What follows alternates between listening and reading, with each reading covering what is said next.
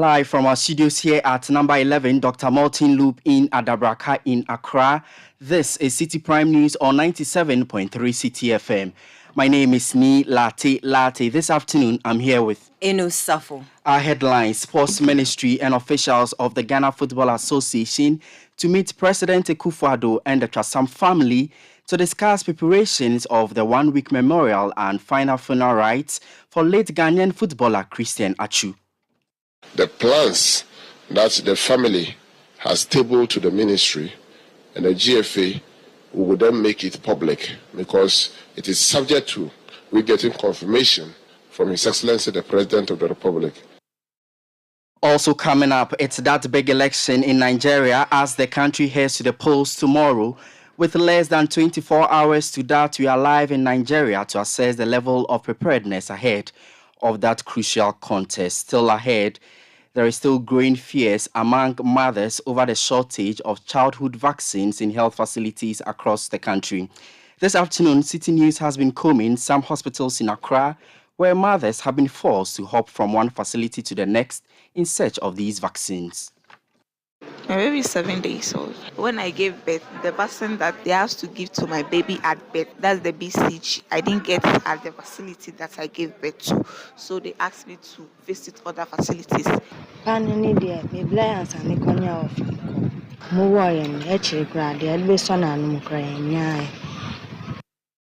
And much later, management of the Eastern Regional Hospital in Feruary raises concerns about the rate at which patients and their relatives who are yet to settle their medical bills are fleeing the facility. All that and more on Citi Prime News, which is live across the country on our partner stations, Premier 100.5 FM in Takoradi and Beach 105.5 FM also in Takoradi, both in the Western region. If you are listening to us in the Bono region, this is Greener FM 95.9 in Sunyane, Orange FM 107.9 in Kumasi in the Ashanti region. In the Volta region, welcome to Global 105.1 FM in Ho and Adan 107.7 FM in Adakluwaya. In the Northern region, this is Diamond 93.7 FM in Tamale. And Westlink 88.1 FM in Laura in the Upper West region, Source 100.1 FM in Boku in the Upper East region, and SCAP 101.3 FM in Nampanduri in the Northeast region. All around the world, we are live on citinewsroom.com, Citi 97.3 FM on Facebook, and CityTube on YouTube. Citi Prime News at 12 midday. Update you on all the running stories and connect you to the newsmakers. Many thanks for joining us for our coverage of news from number 11, Dr.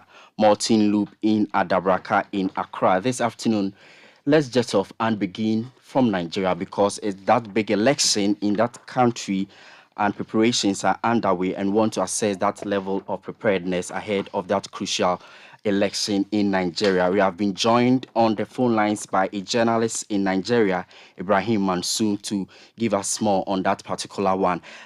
Good afternoon to you, sir, and thank you for joining us here in Accra. Okay, good afternoon. Tomorrow, all eyes are on Nigeria because of the crucial election, and many observers see it as a potential turning point in Africa. But generally, first tell us, how are things shaping up in Nigeria ahead of the polls tomorrow? Okay. Generally, good afternoon to all your listeners. My name is Ibrahim Mansour. I'm a journalist with the Cable, in Nigerian online newspaper. Generally, everywhere is calm. Security guards are all over everywhere. I'm currently in Kano State, where one of the presidential candidates, Radio Kwankwaso of NNPP, is going to cast his vote. So I'm covering him. And some of my other colleagues are in other states where the top four, we have 18 political parties who are going to participate in the general and presidential election.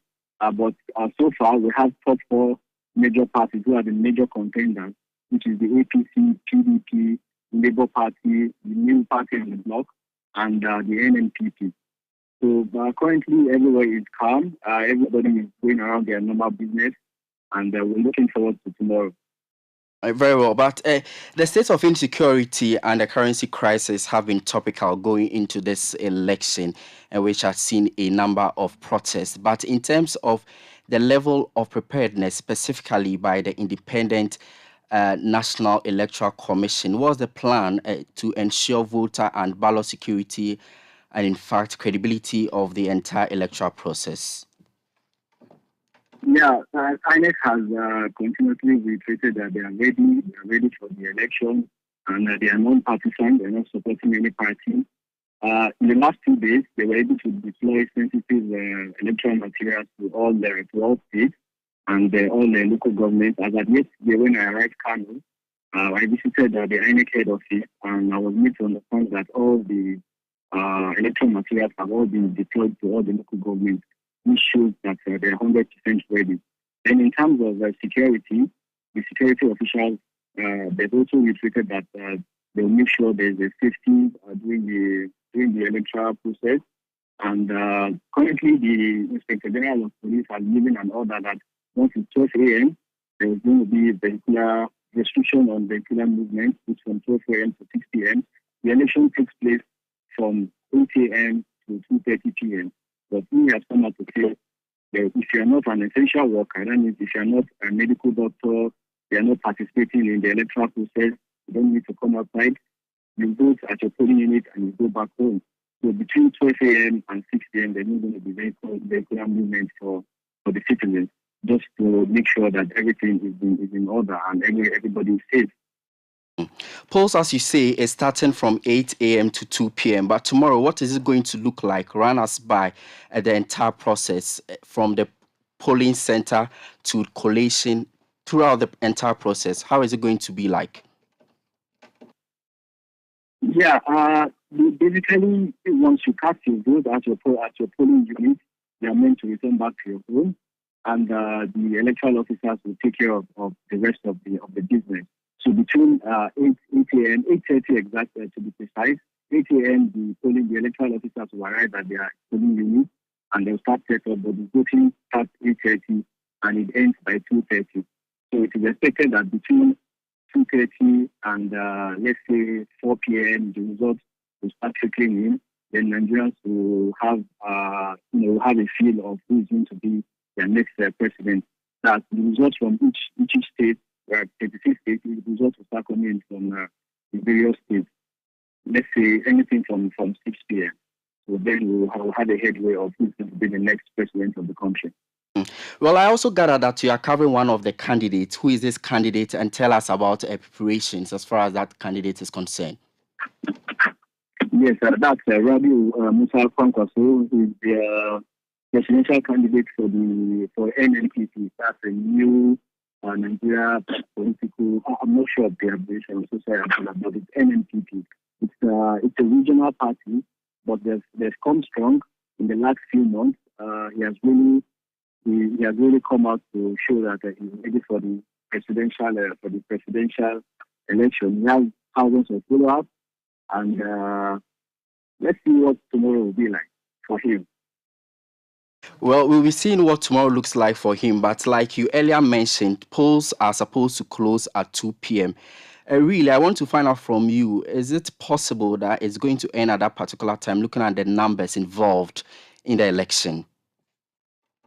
Oh, okay, so basically, I've covered election in the last 12 years, presidential, governorship election. So what happens on the day of election is the polling starts from 8:30 to 2:30 p.m. But if at 2:30 p.m., there are still a number of voters on the queue, you are allowed to vote. Your voting will exceed 2:30 p.m. That's until all the numbers, all the people, all the voters and the queue, they've finished casting their vote, they've finished casting their ballot. That's when the polling can end for any particular unit. So if at 2:30 p.m. there's no one on the queue, then the polling units will close for the day and collation of results will start. But explain to us more on this, the effectiveness of the border closure and curfews you are learning ahead of the polls.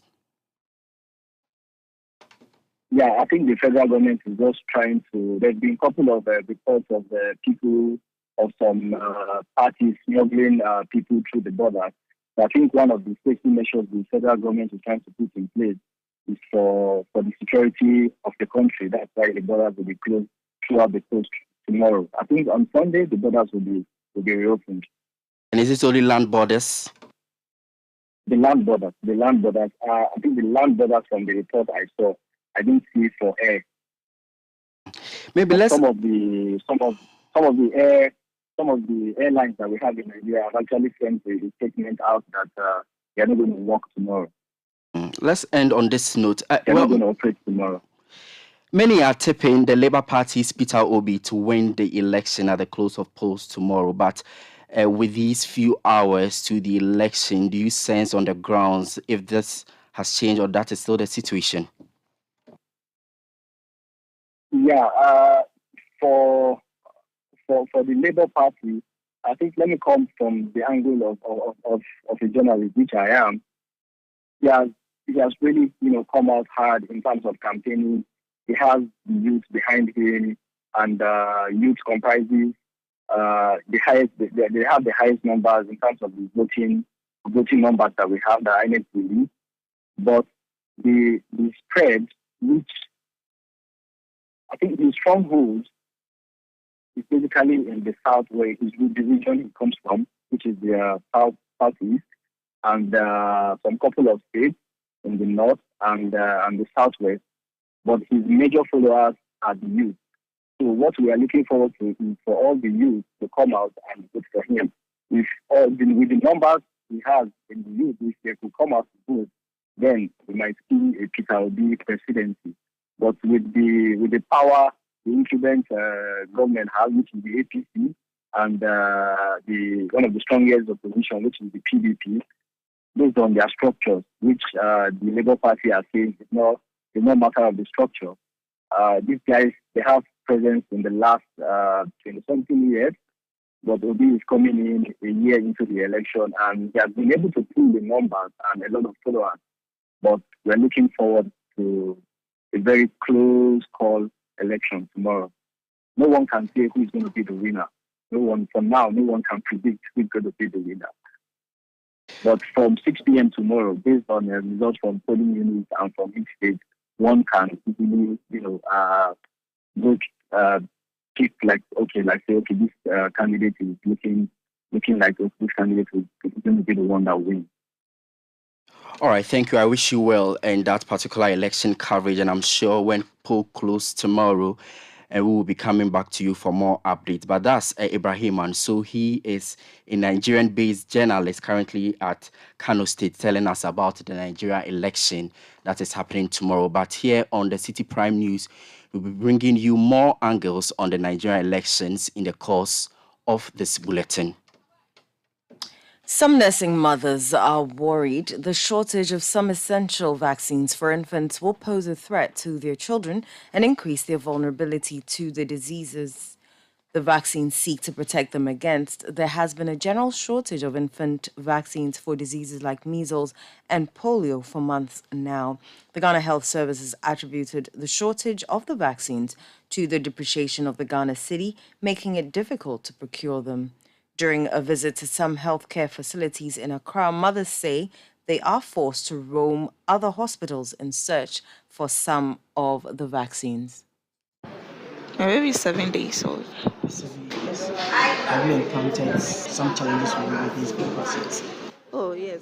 When I gave birth, the vaccine that they asked to give to my baby at birth, that's the BCG. I didn't get it at the facility that I gave birth to. So they asked me to visit other facilities. Maybe I can get it because there's shortage of it. I have to roam from facilities to facilities. So I went to Feruary Community Hospital. I didn't get it. So they equally directed me to Mamprobi Polyclinic. Yes, and I went to Mamprobi Polyclinic and I got some there. So aside from the BCG, you have used any vaccine? No. OPV, that's the oral polio vaccine. They say they don't have it. They equally don't have it there. Iman Probi, yes.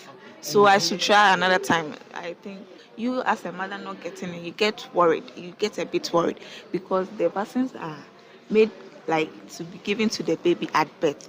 That's the BCG and the oral polio vaccine. Yes. So yeah, when you don't get it, you don't know. You don't know what might happen. Well, for the past, let's say, since last month, they say they had a shortage. You know, the way we come every month, it's monthly thing. So this month, when I've been here, I was thinking that my daughter will be injected. They'll be giving some, but as now, they said it's not yet in still. They said there's a shortage. Panini dear, me blind and me konya of as I'm the warrior. Mo warrior, actually, grad, the advice on and crying. I struggled before getting the vaccine. I was directed to go to Ofanko, and there was shortage there as well, but they managed to get one for me. As I speak now, we haven't gotten the polio vaccine. We know these vaccines contribute to the well-being of children, and it's very disturbing it's not available. Say, I send them more mapumude. Into say, being near maybe written a high mo. High, I say, Uchi or baby, I must say, being me for Obimpo Natural of Ancon, in as a mobile yenny. Into when not yet trained, they don't know this animal. I can't deny, but it can be a sandal.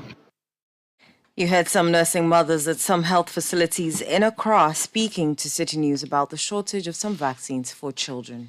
Let's still assess the situation in the capital and go on to the phone lines and speak to Citi News' Kennedy Chumasi, who has been visiting some of these health facilities in Accra. Well, good afternoon to you, Kennedy. This afternoon, which health facilities in Accra did your checks take you to, and when you got there, what was the situation like?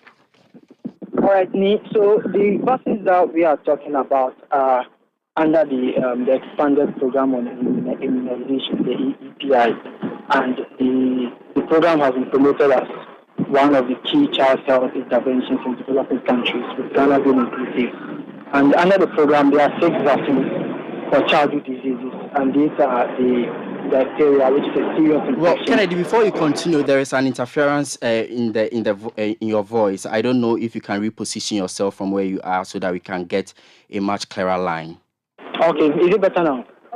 We are managing. Yes, please. So, as I indicated, the vaccines we are talking about are under the expanded program on immunization, which is the EPI, and the program has been promoted as one of the key child health interventions in developing countries, with Ghana being inclusive. So under the program, there are 6 vaccines for childhood diseases, and these are the measles vaccines, the pertussis, also known as whooping cough vaccine. We have the polio vaccine, we have tetanus, and then we have tuberculosis and some others. And these vaccines have been shown to be efficacious in preventing disease-specific morbidity and then mortality. Now, even though reports have been widespread about the shortage of some of these vaccines across the country, we all know that the Ghana Health Service has also confirmed that there's indeed a shortage. The Director General Patikuma Baji has attributed the duplication of the TB as a major cause. So Well, apologies for that poor quality of sound. We'll be getting back to Kennedy so that we give you a proper feed from wherever he is. But let's still stay with this particular subject matter and take you to the Ashanti region, specifically Kumasi, because Citi News' Bureau Chief for the Middle Belt, Edward Apolmaf, has also been visiting some health facilities to give us an update. Well, Eddie, if you can explain to us, here in Accra, there is shortage. How different is the situation in Kumasi? So the situation is almost the same in Kumasi, and the various facilities that we have visited. The vaccine that the mothers who have been visiting in the various facilities have been finding difficult to have access to is the measles one vaccine. And some of the mothers that we have been interacting with are saying that this has actually been going on for some time now, and some of them actually did not even appreciate the extent of it until recently. And then even there are some other vaccines that once you give birth, there are stages, the months that the child should get to before they take a particular kind of vaccine. As at times they were telling us that at times they went to the facilities and I'll be telling them that although the baby has gotten to this stage, all right, but the vaccine, you're supposed to get it, but we don't have it now. So you have to wait. Once we get it, we may call you to come around. Or once you hear that vaccines are available, then you come in. And so that has been the trend. And so that one cuts across. It's not just with the measles, but it cuts across with various vaccines that their babies are supposed to receive. And so with babies who are around 9 months and are expected to receive the measles in particular, the facilities that we went to were actually, we even engaged some of them before they went inside. And so we're hopeful that we're going to get it. But once they get inside, they tell them that no, we don't have some at the moment. And so you have to come back later. Once we have some, we'll alert you and you come back. And so for those who are around 9 months and are expected to receive it, those who are around 18 months and are expected to take another one, they were telling us that indeed they went inside. In fact, we were around the facilities and we saw what happened. Once they get inside, they tell them that those ones are not available. And so they were asked to go home, and once they get some, they will let them know. Well, it must be a difficult moment for both nursing mothers and managers of these health facilities, but are there any contingency plans on both sides in helping cope with the challenge? For now, it doesn't look like there's some kind of a plan or an interim plan. And another aspect of it too is that the parents do not even appreciate the extent of the issue. Some of them actually feel that, they said they don't have some at the moment, so it's not a big deal. So we just have to go home. And once they get some, the nurses will inform us to come back. So they don't really even appreciate the extent of it. And some of them actually pose the question to them that, what if these kind of diseases, because you're not getting a vaccine, your child actually suffers from it? They're just saying that, they remain hopeful. And so they're just praying that nothing bad happens. So it's just about being hopeful. And if they don't get it within the shortest possible time, they just don't know what to do. All right, thank you. That's City News' Bureau Chief for the Middle Belt, Edward Opoma, for telling us about the situation over the shortage of some vaccines for infants in the Ashanti region. Let's take a quick dash and come back to the capital, Accra, and speak to Kennedy Chumesi, hopefully on a much better line. Well, Kennedy, you were explaining to us the facilities you have visited and the situation thereof. But you say that the mothers are moving from one facility to the other in search of these essential vaccines. Has this actually yielded any positive results for them? No. So basically, as you indicated, these mothers told me that they've been moving from one facility to the other. So, for example, Hospital A will have a polio vaccine. Hospital B will have measles and will not have polio, but Hospital A will have polio and no measles. So these are some of the cases that we've been encountering. Now, I've been to RAGE, the Greater Accra Regional Hospital. I've been to the Adabraka Polyclinic. I've been to the Kaneshi Polyclinic, and I am currently at the Kolebu Polyclinic. And as the Ghana Health Service indicated, there are 3 vaccines that are in short, which is the measles, rubella, and they've run out, and then the polio 2 is out, and then some other ones. But as I speak to you, these parents, these nursing mothers who interacted with me told me that they are hopeful and they are confused because these vaccines are supposed to protect their children from some of these diseases.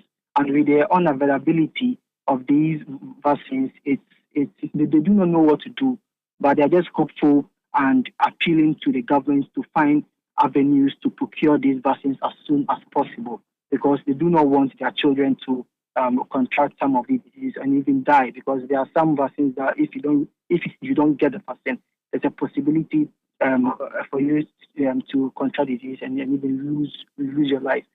So basically, this has been the situation here in Accra. All right, thank you. That's Kennedy Chumesi with the City Newsroom telling us about vaccine shortage here in Accra. Let's stay on this story a while longer. The Health Committee of Parliament has summoned the Minister of Health, Kweku Agyemang-Manu, to provide answers on the shortage of childhood vaccines across the country. Vaccines for illnesses such as measles, polio, and tuberculosis have been in short supply in hospitals, a situation which has raised concerns amongst mothers. Speaking to Citi News, the ranking member on the Health Committee of Parliament, Parliamentary, said the minister must furnish the committee on measures being put in place to acquire vaccines. I have been able to impress upon the chairman of the committee, the health committee, to summon the health minister and other agencies to appear before the committee on Tuesday to respond to questions with regards to shortage of vaccines in Ghana. And so that is what we have done so far, because we had some outbreak of diseases in the country as far back in 2022, and it's still spreading. And as Parliament, we've made several series of allocations for the purchase of vaccines. And so we just want the appropriate agencies and ministries to appear to come and respond to questions. So that's what we have done. So is it the minister you're expecting, or specific issues having to do with the Ghana Health Service and so on? Who are you expecting these answers from? Well, we have invited the Ministry of Health. We have invited the Ghana Health Service. We've invited the Ministry of Finance and some other agencies. So we're expecting all of them to appear before the committee on Tuesday. Next Tuesday. So do you have an idea whether there's a decision taken to carry this live? Can we come and take it live? Or? Yes. All the media houses are invited to cover. We have agreed, myself and the leadership of the committee has agreed that we allow all media houses, to take coverage. So that is not in dispute at all. Very well. Because this is a matter of public interest.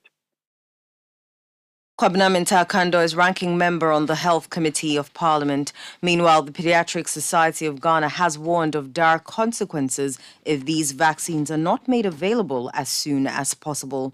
Dr. Hilda Mantibia-Boy is president-elect of the society. Suspicions that we have more cases than are reported currently, and there could be many more children who would suffer from some of these vaccine-preventable illnesses. How long has this been the case for? So there are reports that it's been ongoing for close to a year, shortages at different places, but it seems to be becoming worse, and therefore we are really concerned. Now, the solution is simple: import more vaccines, or there's other solutions such as storage and so on. Yeah, so essentially to have the vaccines come in so that it's available for all children who need the vaccinations. Now, how dangerous is this situation? A number of these illnesses that we call vaccine-preventable illnesses, once the children have their vaccines, then you don't have any more children having these infections or illnesses. But once we don't have the vaccines, what will happen is that we will have many more children have these vaccine-preventable illnesses, and some of them can cause disability. Others too will cause death, and we want to totally prevent such a situation. Dr. Hilda Mantibia-Boy is president-elect of the Pediatric Society of Ghana. Now, management of the Eastern Regional Hospital in Feruary has raised concerns about the rate at which patients and their relatives who are yet to settle their service debts abscond from the facility.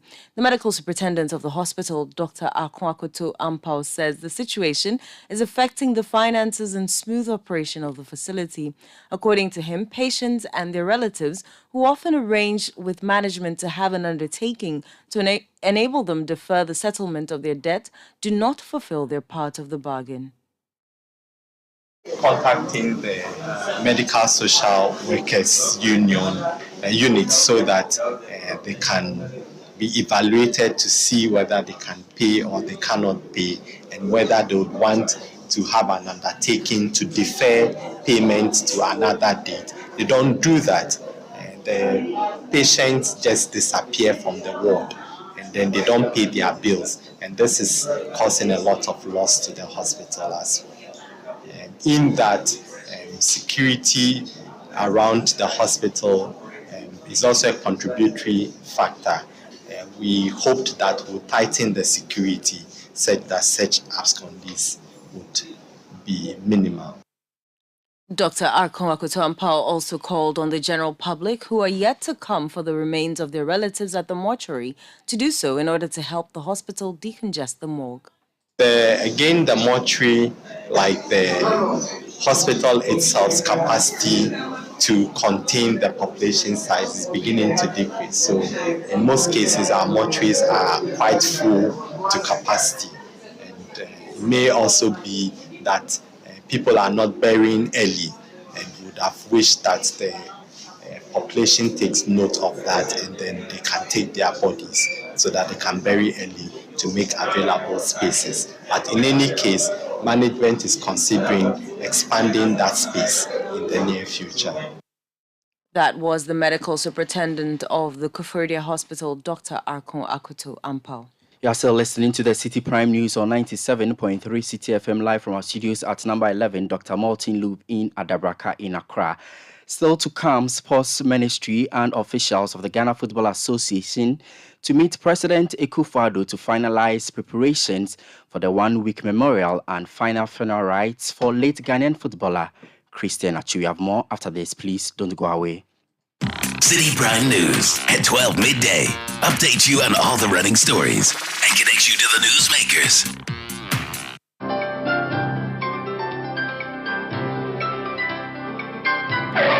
Using a condom will protect you and your partner from HIV, STIs, and unplanned pregnancy. Condoms are an effective way for protection against HIV infection. Don't take risks. Use a condom every time.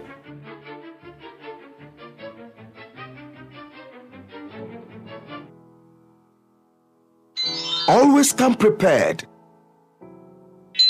This advert is brought to you by the Ghana AIDS Commission and Ghana Health Service. Citi Prime News at 12 midday. Update you on all the running stories and connect you to the newsmakers. Thanks for staying. This is still Citi Prime News on 97.3 Citi FM. Indeed, updating you with all the running stories. My name is Larte here with Safo. The bulletin is live across the country on affiliates and all around the world on citynewsroom.com. In more news this hour, the Sports Minister, Mustafa Yusuf, officials of the Ghana Football Association and family of Christian Atsu have concluded talks ahead of the late footballer's burial rite. Well, Christian Atsu was found dead under the rubble at the premises in Turkey last Saturday after a devastating earthquake that hit the country 2 weeks ago. Well, according to the Sports Minister, the parties will meet President Nana Addo Dankwa Akufo-Addo next Monday to finalize the final funeral rites for the ex-Chelsea and Newcastle winger. And let's speak to our man on this beat in the Citi Newsroom, Evans Ofuchukman. So he is with the Citi Sports Desk. He joins us on the line. Well, Evans, you were in that meeting between the Sports Ministry and the GFA ahead of that engagement with President Akufo-Addo on Monday. Tell us more. Well, so this conversation started on Tuesday when the delegation from the Sports Ministry, led by Deputy Sports Minister Evans Bobier and officials from the Ghana Football Association, went to the family of Christian Atsu to inquire details of his one-week observation and also his final burial rite. So it was concluded that his one-week observation will be on the 4th of March 2023, but the location was undecided at that meeting, so they had to wait for the arrival of the sports minister, who was then not in the country. Fast forward, on Friday, the three parties met: Sports Minister Mustafa Yusuf, the family of Christian Atsu, led by Nene GK Sam, and also officials from the Ghana Football Association, including the Executive Council member Nana Odro Safo, and also the spokesperson for the GFA, Harry Asante Chum. Now, during the meeting, we understand that, yes, it was confirmed that the one-week observation will be held on the 4th of March, and that the family proposed that the location of that event should be at the Ajuringano AstroTurf. So that's a proposal from the family as to the location for the 1 week observation. Earlier on Tuesday, when they met, the family also proposed that they would love for the funeral of Atsu to be held on the 17th and the 18th of March 2023. And so that was also frozen and once again deliberated on today, but it was indecisive.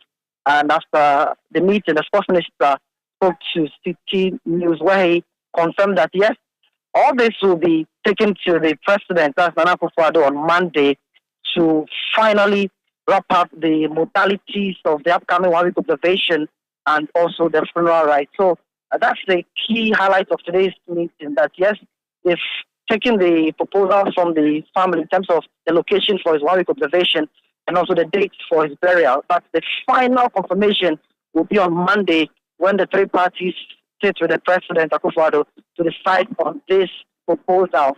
The minister also took the time to eulogize Christian Atsu and his humanitarian work. He spoke highly of the player who has done so much outside football, and his work transcends beyond Ghana and across the globe. So he tried to eulogize the player and spoke highly of him. So in summary, that's the highlight of the meeting today held at the Sports Ministry, where the GFA, the Sports Minister, and the family of Atsu met to continue deliberations on his upcoming 1 week observation and also his final burial. The family of our late brother, Christian Atsu, with the GFA, paid a courtesy call on me this morning for us to have deliberation on how to give our brother a befitting funeral. Like I said, our brother is no more just for the family alone. He's a state asset, having contributed immensely to the development of Ghana football and even football around the world. It is unfortunate that we have lost him at this age, but the good thing, we also a state funeral, and we are going to call on His Excellency the President of the Republic on Monday. And once we call on His Excellency the President on Monday, the plans that the family has tabled to the ministry and the GFA will then make it public, because it is subject to we getting confirmation from His Excellency the President of the Republic. Like I said, he's the number one gentleman of this great country, and he's very much interested in making sure that we give our brother a befitting funeral. From day one, making sure that he directed the ambassador, Ghana ambassador to Turkey, to ensure that our brother is found alive. The ambassador facilitated to get the family of Christian Atsu, his brother, sister, and his agent, to the center, epicenter, where the earthquake, that wasn't the case. But the good thing is that we have found our brother. His Excellency the President ensured that the body is transported from Turkey to Ghana. As we speak, it's here. Not less than any person than the Vice President of the Republic welcomed the body, and you saw the ceremony, the colorful ceremony that the government gave to the arrival. I want to ensure that we go through the process of giving him a very befitting funeral. You heard Sports Minister Mustafa Yusuf speaking there. Evans Ofochumanso is still on the line. Well, Evans, and now that the meeting between the Sports Minister and officials of the Ghana Football Association has ended, what's next is on the itinerary? Well, so the family of Christian Atsu have moved back to their home at Odojo to continue receiving visitors who will be coming there. On Monday, when the book of condolence was opened, several dignitaries have passed through. We had the likes of Abedia Yupele, Samoa Jan, his brother Bafo Jan, Aminu Dramani, I should say, Zulali Muntari, Stephen Apia, Pejua Samoa, a whole lot of former Black Stars players, including Samuel Inkum, who was there yesterday, as well as former Black Stars head coach Take Kono. They've all been to the family house to commiserate with the family. So we also had the family of Mubarak Wakaso also coming through to commiserate with the family of Atsu on his behalf. International evangelist Reverend Dr. Lawrence Tete has also been through the family house as well. And some of his classmates and alumni of the TI Ahmadiyya who were with him when he was at the secondary school there. We also had officials from Turkish Airlines because of where he was in his final club football time with her ties for all coming through in previous days. So today is day 5 since the book of condolence was opened at Odojo. So the family have moved back there to receive more sympathizers who are expected to be there later today as well. We are grateful. That's City News' Evans of Ochu Manso there. I want to now bring in the spokesperson for the Christian Atsu family. He is in the person of Mr. Robert Eni. Good afternoon to you, sir. And first and foremost, let me express my heartfelt condolences to you and the family. Good afternoon. Thank you so much. Well, since the unfortunate demise of your relative, you have been engaging in a number of discussions with relevant stakeholders between now and then. What can you share with us in terms of updates in all the meetings you have been engaged in? So far, I believe you've heard or your correspondent has made mention to you that it's been agreed that on the 4th March, the 1 week celebration will be held at Ghana Park from 8 a.m. We've just met with the Honorable Minister and the relevant authorities from the Ghana Football Association. And they've also agreed that on the 4th of March, the 1 week will be held at the Ghana Park. For the funeral itself, we are yet to decide because this is being done with consultation with government. So I believe in due course we will update the media or the public as to when the funeral will be held. But so far, the 1 week that we are concrete of in the venue with the Ghana Park. That is where we'll be having the 1 week.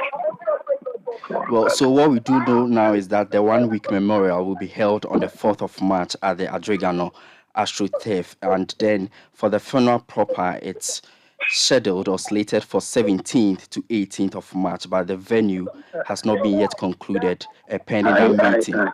I'm not sure where you are getting that date from. We don't have a date for the funeral. We just met with the Honorable Minister, and we do not have a date for the funeral. So I'm not sure where that date is coming from. I'll be grateful if you could just tone down on that date as to it being the date for the funeral. We do not have a date for the funeral. Just as I said, a date is yet to be decided. The president is yet to be met and briefed. So we are waiting for the president to actually stamp a date that the funeral will be held. If it happens that the funeral is being held on the 17th, fine, but no date has been scheduled for the funeral yet, so we cannot say that the funeral is going to be held on the 17th. Yeah, my sincere apologies for that. I inadvertently said that, but I was talking about the 4th March 1 week observation, which will be held at the Adregano AstroTurf. So on Monday, you'll be meeting President Akufo-Addo, as you have already said. But tell us about the level of support of Ghanaians, looking at the number of people who have called on you, paying their respect to you as a bereaved family and all that. The support of government and Ghanaians have been overwhelming. First of all, I would like to thank His Excellency, the President of the Republic, for taking a keen interest in this. He's been up to it right from the very day the thing happened, when he started instructing his ministers and his ambassadors to look at the incidents and make sure Christian is found alive. Unfortunately, when we found him, we all heard or we all witnessed what we were not expecting.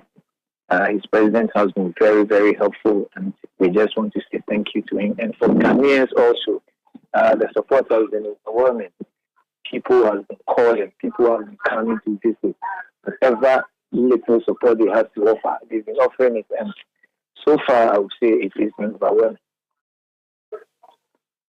All right, thank you. And we continue to pray with the family. But that's Robert Enihi, a spokesperson for the Christian Atsu family. So the update is that on the 4th of March, the 1 week observation will come off at the Adregano AstroTurf. The family, the sports ministry, and the Ghana Football Association will also be meeting President Akufo-Addo on Monday to conclude on the final funeral rites schedules. But this is still the Citi Prime News on 97.7 Citi FM, live from our studios at number 11, Dr. Martin Loop in Adabraka in Accra.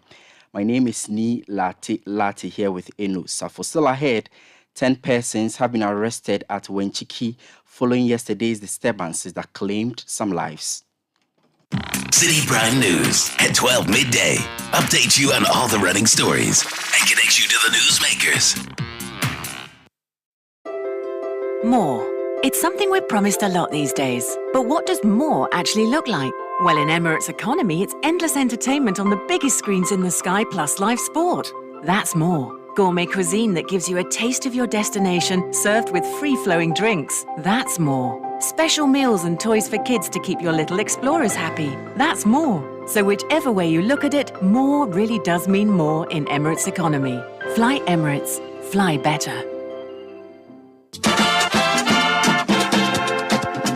Ghana is a country that's full of historical antecedents and rich cultural heritage. What is a rich cultural heritage without soul food? And what is soul food without a touch of ethnicity? And what is ethnicity if it's not from your village? This season of all things Ghanaian is upon us, and we are here to celebrate an aspect of our Ghanaianness with the Back to Your Village Food Bazaar, happening live from the 25th to the 26th of March 2023 at the forecourt of the Accra Metropolitan Assembly. Come, let's treat ourselves to delectable, authentic Ghanaian cuisine from the northern, the middle, and the southern zones of the country that reflect our true cultural diversity. While at it, we'll be jamming to genuine Ghanaian music amidst games, competitions, storytelling, and so much more. Interested vendors of indigenous foods are invited to register. Don't let this be another missed opportunity. Call 0205-973-973 to book a stand and be part of the Back to Your Village Food Bazaar 2023. And the country make hoto. So come, let's enjoy some good food, resounding music, heartfelt camaraderie, and remind ourselves why Ghana is still our home at the Back to Your Village Food Bazaar on the 25th and the 26th of March 2023 at the forecourt of the AMA from 8 a.m. each day. The Back to Your Village Food Bazaar is powered by Citi TV with support from Citi FM and is sponsored by Volta Ghana Limited and Malta Guinness.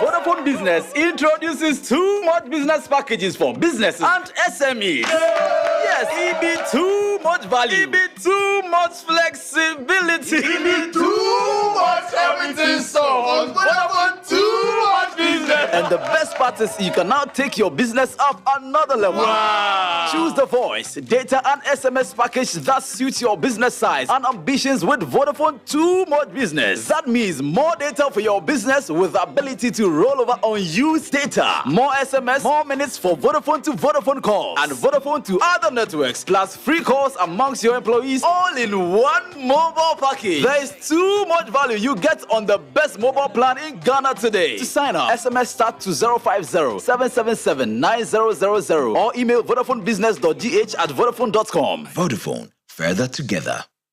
Citi Prime News at 12 midday. Update you on all the running stories and connect you to the newsmakers.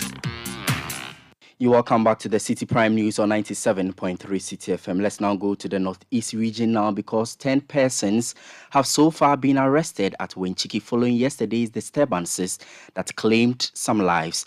Unknown persons fired gunshots during the enskinment of a chief for the people of Nyangbande at the palace of the Wenchiki chief. 3 persons, including a military officer, sustained severe injuries. The district chief executive for Tripoli, Hajia Nashiru, says calm has returned to the community. The security situation is relatively calm this morning. We are deploying 10 police officers to the scene there, specifically Wenchiki, to continue with the patrols. Okay, I am just leading the team from the region, Northeast Regional Capital, and we are equally going with the security that will be stationed there to make sure they maintain peace. So for security, I think that somehow we are covered. 10 arrests were made, and they have since been forwarded to Yendi Judicial Court. We had 3 severely injured people, of which one was a military personnel, and he was evacuated around 6 p.m. yesterday with their medvac to Accra. He's responding very well to treatment. The other 2 who were also civilians have been transferred to the Tamale Teaching Hospital, and they are also responding to treatment. Well, she further called on residents within the district to remain peaceful to attract the needed development. Yes, what I'm to add is to plead with my people that we are one people and we don't need to be fighting. We all know the state the district is already in. We are one of the most deprived districts in the country, and it's as a result of the spontaneous conflicts that we are always engaged in. So if we don't stop fighting among ourselves, there is no way we can attract development. There is no way anybody would wish to come and do any serious business with us or to invest in our district. So I am pleading with everybody involved in this conflict to lay down their arms and let us come back and live as one people.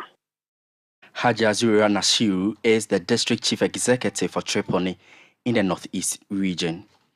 The Minister for the Interior has, by executive instrument, renewed the curfew hours imposed on Alavanyo and Nkonya townships and their environs in the Oti region from 6 p.m. to 6 a.m.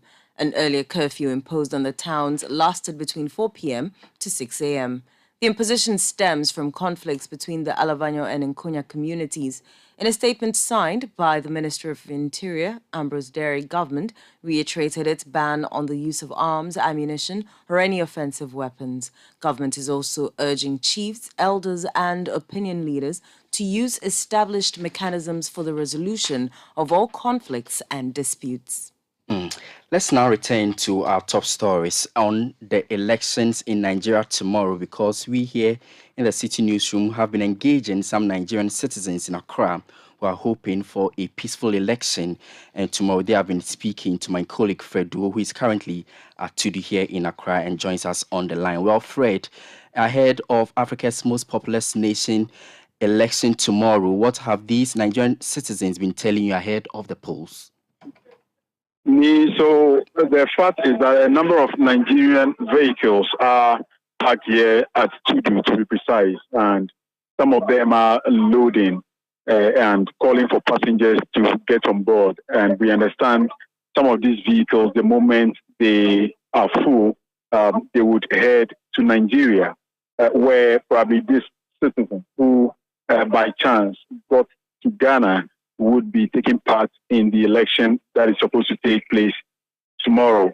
And as you may be aware, the land borders, we understand, would be closed, if not closed as of now. But I asked some of them who actually raised concerns that, well, when they get to the border and it is closed, they would find their way around, because they believe those are their people, they understand their language, and when they tell them the reason why they were out of the country and now returning, the security men will probably understand and allow them in for them to also take part in the process that is supposed to begin tomorrow. Some of them also have been sharing with us what they think the Nigerian president or the newly elected president, when the results are declared, should do for the nation. And key among the concerns raised have been the issue with security and that of education. And then again, some of them spoke about the power fluctuation situation in Nigeria. I have some of them here who probably would want to share their thoughts with us. Welcome to City News, sir. Thank you. Well, Fred, Hello, We may not have the time to speak to these Nigerian citizens, but as you have already mentioned, they are preparing for the polls tomorrow, and we want to wish them the very best in that election. And thank you so much. That's my colleague Fred Duho speaking to some Nigerian citizens at studio here in Accra. Well, as you may well know, the countdown to the presidential and senatorial elections in Nigeria is on, and over 93 million eligible voters are expected to cast their ballot tomorrow to elect a new crop of leaders to govern the country. Prior to the elections, 3 candidates have been touted as key contenders to capture power. City News' Kwiku Eduaman has more in the following news desk report. The Independent National Electoral Commission, INEC, of Nigeria has cleared 18 candidates to contest for the presidency in the 2023 general elections. A total of 93.5 million Nigerians are eligible to vote on key issues bordering on the economy, unemployment, security, religion, and the plummeting value of the naira. However, 3 candidates are touted to be key contenders going into the polls on Saturday, February 25, 2023. 71-year-old Bola Ahmed Tinubu is contesting on the ticket of the governing All Progressives Congress APC party. Hailing from Lagos South West region of Nigeria, Bola Tinubu is a former governor of Lagos. Another competitive contender for the presidency is Peter Gregory Obi, aged 61. Peter is also a former governor of Anambra and hails from the Anambra state of the southeast region of the country. He is contesting on the ticket of the Labour Party, which has been tipped by many stakeholders to win the elections come Saturday. 76-year-old Atiku Abubakar comes into the scene as a former vice president of Nigeria and is vying to lead the country as presidential candidate of the People's Democratic Party, PDP. He comes from Adamawa State in the northeast region of Nigeria. The next Nigerian president faces a daunting task following rampant insecurity, skyrocketing unemployment rate, and a worsening economic outlook. INEC also cleared 1,101 candidates for the 109 senatorial seats and 3,122 candidates for the 360 seats in the House of Representatives. An assistant chief news editor of The Voice of Nigeria, a local station in Nigeria, Gloria Isian, has been gauging the mood ahead of the polls. The East is going to be a bit volatile because of the IPOP situation over there, the unknown gunmen, and all the security breaches in the southeastern part of the country. The PVCs that were found in the bush by a hunter, it's demoralizing because, you know, there's this man, Simon Ekpa from Finland, that has been fueling insecurity down there, and he's been telling people to boycott the election. So the government is suspecting that those PVCs that were meant for those areas were dumped in the bush so that people don't collect and go out to vote. So the Southeast is really, really tensed up. So I know there might be voter apathy in the Southeast because people are scared. The IPOP will tell you don't come out. Government will tell you come out. You come out, you're shot, you die. Government continue looking for the people that shot you. And polls on Saturday will begin from 8 a.m. and close at 2 p.m. That's City News' Kwiku Eduama answer with that news desk report. And that's it by way of today's edition of Citi Prime News, which was live from our studios at number 11, Dr. Martin Loop in Adabraka here in Accra. It was also live across the country on our partner stations all around the world on citynewsroom.com. Our top stories this afternoon: Sports Ministry and officials of the Ghana Football Association to meet President Akufo-Addo on Monday to finalize preparations for the one-week memorial and final funeral rites of the late Ghanaian footballer Christian Atsu. Also, it's that big election in Nigeria as the country heads to the polls tomorrow with less than 24 hours to that. We're live in Nigeria to assess the level of preparedness ahead of that crucial contest. Well, there's still growing fears among mothers over the shortage of childhood vaccines in health facilities across the country. For more news, please visit our website, citynewsroom.com, My name is Larte. This afternoon, I was here with Safo.